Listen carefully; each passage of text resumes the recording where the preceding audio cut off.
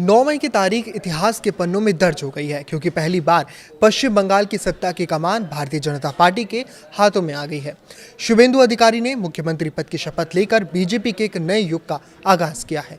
लेकिन इस शपथ ग्रहण के सबसे बड़े सीन स्टीलर रहे बॉलीवुड के डिस्को डांसर और बीजेपी के स्टार प्रचारक मिथुन चक्रवर्ती। पश्चिम बंगाल की राजधानी कोलकाता आज भगवा रंग में सराबोर दिखी। राजभवन के प्रांगण में आयोजित इस भव्य समारोह में देश की पूरी राजनीतिक मशीनरी मौजूद थी। प्रधानमंत्री नरेंद्र मोदी, गृह मंत्री अमित शाह और रक्षा मंत्री राजनाथ सिंह की मौजूदगी ने यह साफ कर दिया कि बीजेपी के लिए बंगाल की ये जीत महज एक राज्य की जीत नहीं बल्कि एक वैचारिक विजय है। करीब 20 राज्यों के मुख्यमंत्रियों का एक साथ मंच पर जुटना विपक्ष के लिए कड़ा संदेश था। मंच पर पूर्व केंद्रीय मंत्री स्मृति ईरानी, कृषि मंत्री शिवराज सिंह चौहान और उत्तराखंड के मुख्यमंत्री पुष्कर सिंह धामी से लेकर यूपी के मुख्यमंत्री योगी आदित्यनाथ तक दिग्गज नेताओं की कतार लगी थी। लेकिन इन सब के बीच आकर्षण का केंद्र वो व्यक्ति था जिसने बंगाल की गलियों में कोबरा बनकर अपनी रैलियों से लाखों की भीड़ जुटाई थी, मिथुन चक्रवर्ती। सोशल मीडिया पर उनकी तस्वीरें और वीडियो आग की तरह फैल रही हैं।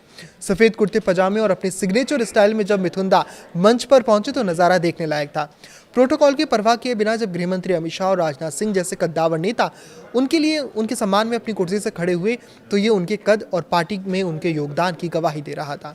प्रधानमंत्री नरेंद्र मोदी ने भी मिथुन दा से काफी देर तक आत्मीय बातचीत की, जो इस बात का संकेत है कि आने वाले दिनों में बंगाल की शासन व्यवस्था या संगठन में मिथुन चक्रवर्ती की भूमिका बेहद अहम होने वाली है।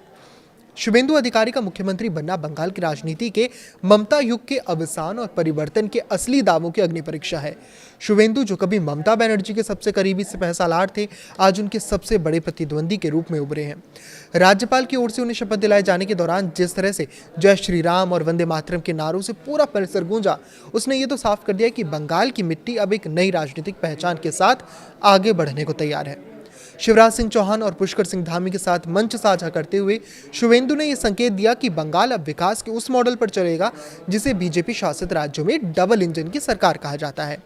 स्मृति ईरानी की मौजूदगी और उनके बगल में खड़े मिथुन चक्रवर्ती की केमिस्ट्री ने भी लोगों का ध्यान खींचा। मिथुन दा का वो निराला अंदाज जिसमें सादगी भी थी और एक विजेता का आत्मविश्वास भी बंगाल के आम आदमी से सीधे जुड़ता दिख रहा है। चुनाव के दौरान उनकी रैलियों में उमड़ने वाली लाखों की भीड़ ने ही आज इस जीत की नींव रखी थी। रामदास अठावले जैसे सहयोगियों की उपस्थिति ने एनडीए की एकजुटता को भी बखूबी दर्शाया। यह समारोह केवल सत्ता हस्तांतरण का नहीं था बल्कि बीजेपी का वो मेगा शो था जो आने वाले लोकसभा चुनावों के लिए एक मजबूत मनोवैज्ञानिक बढ़त प्रदान करता है।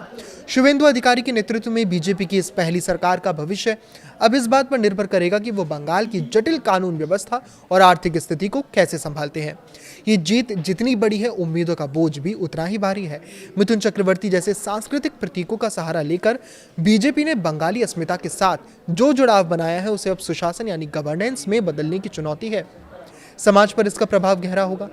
ये न केवल राजनीतिक ध्रुवीकरण के अंत की शुरुआत हो सकती है बल्कि बंगाल के औद्योगिक पुनरुद्धार का जरिया भी बन सकती है। अगर ये सरकार अपनी सोनार बांग्ला की छवि पर खरी उतरती है तो 9 मई की ये तारीख भारतीय राजनीति में एक बड़े बदलाव के प्रस्थान बिंदु के रूप में भी याद की जाएगी। बंगाल ने आज अपना फैसला सुना दिया है। अब बारी शुभेंदु अधिकारी और उनकी टीम की है कि वो इस भरोसे को हकीकत में कैसे बदलते हैं। इस पर आपकी क्या राय है, हमें कमेंट करके जरूर बताएं। लाइक करें, शेयर करें और इसी तरह जुड़े रहें। नमस्कार।